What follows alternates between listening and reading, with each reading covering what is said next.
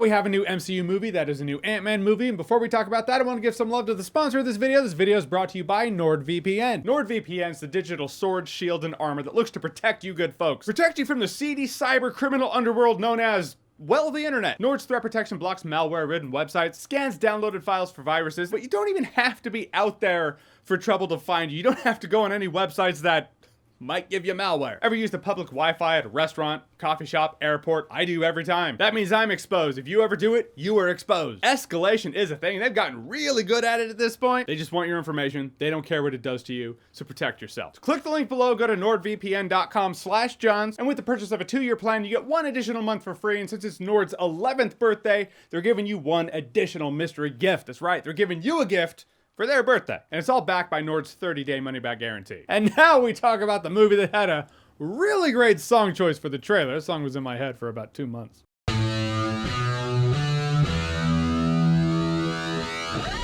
So Ant-Man and the Wasp: Quantumania is essentially the new Journey to the Center of the Earth movie that takes place in the MCU. He said jokingly, but only half. The MCU quantum realm is not bare, it's not barren, it's not nothing. There's actually a whole civilization down there, and Michelle Pfeiffer's character was running and gunning for 30 years while she was down there. Though a few hours in the quantum realm was 5 years to us, so was she down there for 30 years, or was she down there for 30 hours to her? I don't know. We're on a new adventure. Scott Lang's daughter's like, hey, I whipped up this device that can communicate with the quantum realm in my garage. They all get sucked down into the quantum realm. Kang is there. There's gonna be a problem. And they need to try to get out of there unscathed. Okay, what I liked about this movie, it's very simple. It's the thing we all wanted to be awesome, but figured would be awesome because anyone who bets against Jonathan Majors is not playing the odds. Jonathan Majors as Kang was fucking epic. I don't mind saying he completely made the movie. The movie has some fun in there, absolutely, but it's the basic MCU talking points you have after you see an MCU film. He showed up to work, and showed up he did. Not only that, a standout MCU villain just in the entirety of the MCU. Which is great not only for this film, but the MCU going forward, because it's been like, hey, who's the new Thanos? All right, Jonathan Majors as Kang. We saw a glimpse of a variant of him at the end of Loki, but we haven't actually seen him. But one of the things I liked about Jonathan Majors in this movie as Kang is he didn't fall into the MCU trap that a lot of other characters in this movie fall into, a lot of other characters in a lot of other MCU movies fall into,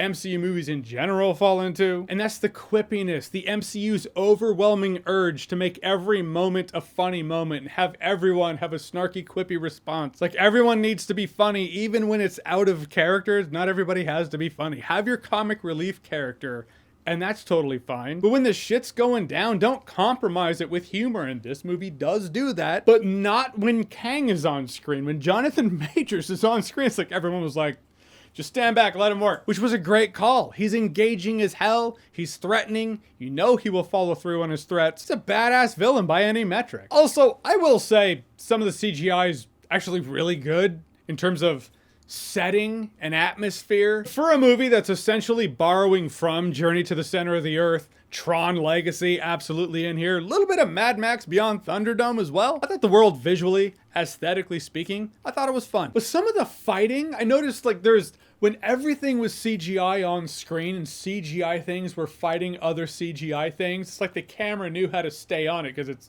not a camera. But there were some scenes where live action people are fighting, and it's really choppy, shaky cam at times. Couldn't believe it. It's like, shaky cam is the trend we never want to come back. But like all trends, it's coming back, and I'm seeing more of it again. Let's not. The 3 acts of this film feel like 3 different movies sometimes. Like, the first act was the most interesting. We get to this world, it's more interesting than I thought it would be, and that's because it didn't feel like an MCU movie in terms of the MCU vernacular, the way people talk, their quippiness. It wasn't really there yet. Then the Ant family gets this MacGuffin in which they can all understand everyone, which means we can understand everyone. And after that, a large number of these quantum realm life forms now talk with that cookie cutter MCU sass that's been plaguing the MCU for years. Things like that make me feel like the MCU's a parody of itself. Can we just have that die at Thor: Love and Thunder? I get it, I'm not as young as I used to be, I'm not as connected, maybe I have that old man energy going along. Young folk that might be watching this, do you enjoy that? It's actually a real question. I am curious, like, what's the demographic they're going for? So the first act starts out interesting, starts to drop because of that. Second act is when we get a lot more Kang. Like that, the third act is batshit. I am flipping a coin as to which movie had more shit going on for the last act, just on screen in general. This or the last act of Aquaman. It's a lot going on, and for Ant-Man it feels a little weird to me. Granted, Ant-Man's really the thing that dabbled into the quantum realm because, well, he's the character with the shrinking tech, and so why not? I get it, it makes sense. But in terms of this grand scope adventure, it's like Scott Lang, Ant-Man, that was never what I liked about him. I like the smaller personal story of the first movie. Having him come in for a bigger fight as part of an ensemble with the Avengers, that was fun, that works. But this movie was a lot more than Ant-Man ever needed to be. There are more characters in this movie than there ever have been in an Ant-Man movie in terms of protagonists. Scott Lang's character, the Ant-Man vibe, that blue-collar, everyday man who got to be a hero, regardless of the odds, it gets lost under the weight of this whole enormous story. To be fair, they come close to capturing something special with Scott Lang's arc, but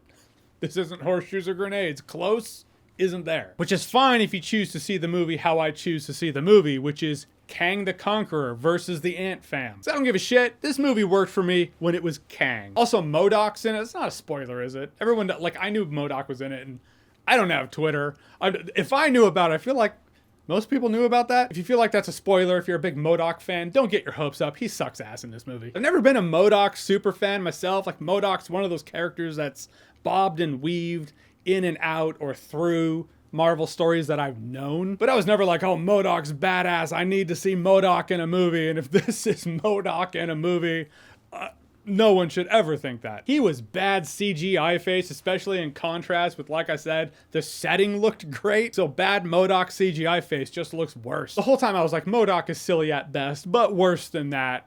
And why is he even here? He doesn't need to be here. Look, in the end, Ant-Man and the Wasp: Quantumania, it was all right. It had some fun parts. Jonathan Majors as Kang was great, made the film entirely. I just wish the film he was in as a whole was better. I feel like this is a better time if you're drunk. Yeah, now it's a quantum party. All right, so Ant-Man and the Wasp: Quantumania, have you seen it? What did you think about it?